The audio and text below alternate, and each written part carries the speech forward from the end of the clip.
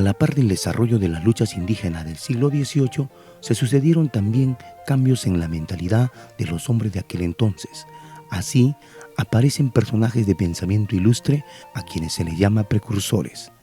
Estos son personajes que pregonan la idea de patria, que luego daría lugar a la nacionalidad y que se extendería a todos los estratos sociales y los grupos étnicos.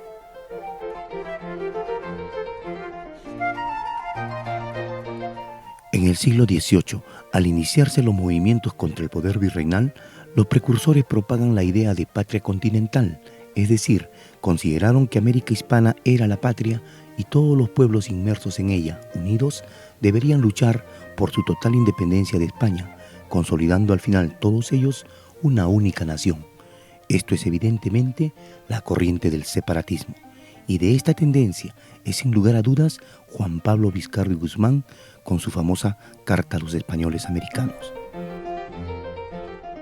Sin embargo, al final de la guerra independentista, las contradicciones y antagonismos, generalmente de carácter político, quebraron esa idea y la inicial idea de patria continental quedó reducida a la idea de patria nacional en jurisdicciones internas en la América Española. Ello se consolidó totalmente al aparecer los estados que establecieron constituciones nacionales, banderas e himnos.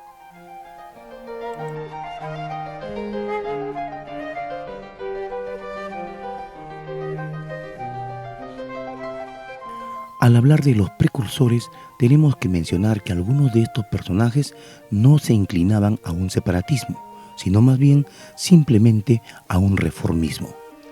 Estos personajes, pertenecientes por lo general al entorno social y político virreinal, aspiraban para el Perú solo un conjunto de reformas que en el fondo no altere el sistema en el que ellos ocupaban un buen estatus. En sí, en buena cuenta, la generación de José Baquijano y Carrillo y la generación de criollos que le siguió hasta los comienzos del siglo XIX trajo consigo brillantes intelectuales que no promovieron realmente el separatismo. La mayoría dio un tono moderado a sus críticas respecto al trato a los indios o al sistema monopólico hispano, y más bien propugnaban un buen gobierno acorde al sistema, la igualdad en facultades políticas para los criollos y una mayor autonomía para el Perú. Como lo recalcamos, estos personajes, considerados como precursores por la historia tradicional, eran en realidad individuos reformistas y no separatistas o revolucionarios.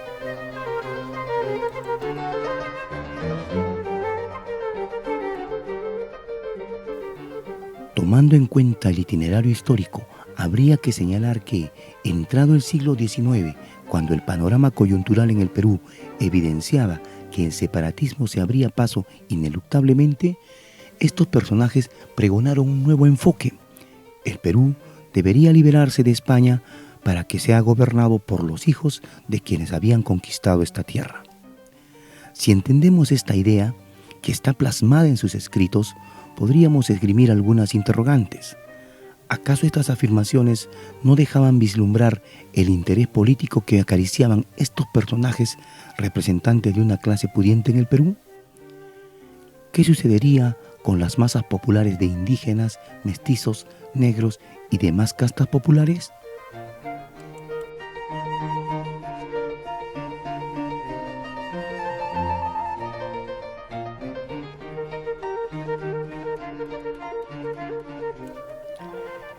En los momentos coyunturales de la primera década de 1800, cuando se suceden los vaivenes políticos intervencionistas en la península ibérica por la intromisión napoleónica, hubo poca conspiración en Lima, a diferencia de otras partes de América y las provincias del sur peruano, donde se dieron serios levantamientos.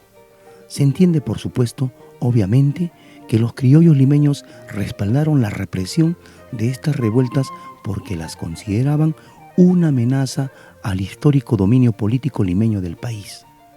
Es necesario entender que estas revueltas internas demuestran que los criollos provincianos estaban dispuestos a considerar alianzas para derribar el sistema hispano. Y en este lapso de insurrecciones internas cabe señalar la trascendencia del movimiento de Francisco de Sela en Tacna en 1811 y del Cusco en 1814, liderada por los hermanos Angulo, Gabriel Béjar y Mateo Pumacahua. En buena cuenta, la rebelión de 1814 aglutina criollos y mestizos educados y un cacique indígena, miembro de la rancia nobleza autóctona.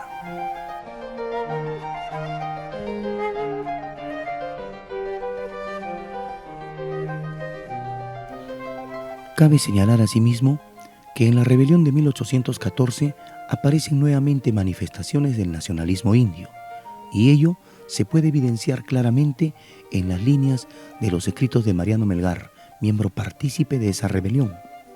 Si leemos con detenimiento sus líneas, percibiremos que ellas expresan nacionalismo y radicalismo progresista.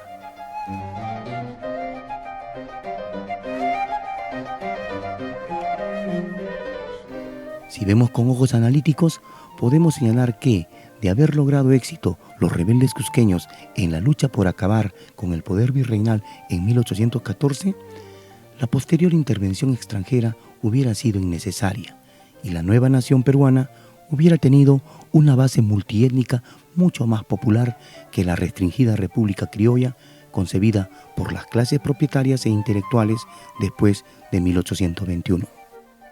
Lamentablemente, entre sus muchas razones, las simples razones raciales bastaron para que los criollos limeños se opusieran a la rebelión.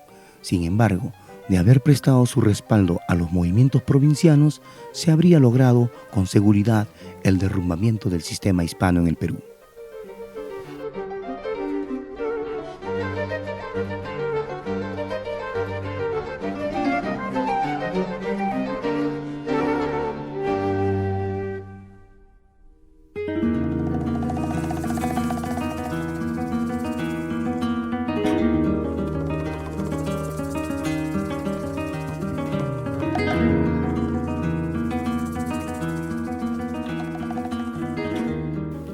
Tras haber desarrollado esta breve reflexión, podemos esgrimir alguna interrogante. ¿Qué hubiera sucedido si la rebelión de Túpac Amaru II o la rebelión de Mateo Pumacahua hubiera triunfado? En torno a este interrogante, podemos señalar que, de haber triunfado las rebeliones mencionadas, tal vez el proceso histórico peruano hubiera virado hacia otros lados. En este sentido, se ha señalado, y con mucho criterio por parte de investigadores serios, que de haber sucedido eso en el Perú en las postrimerías del siglo XVIII o inicios del siglo XIX, se hubiera sentado las bases de una república indígena mestiza, tal vez con mucho más sentido social, porque ello lo impone el contexto y el vínculo de la raza y la sangre. Sin embargo, aquello no sucedió.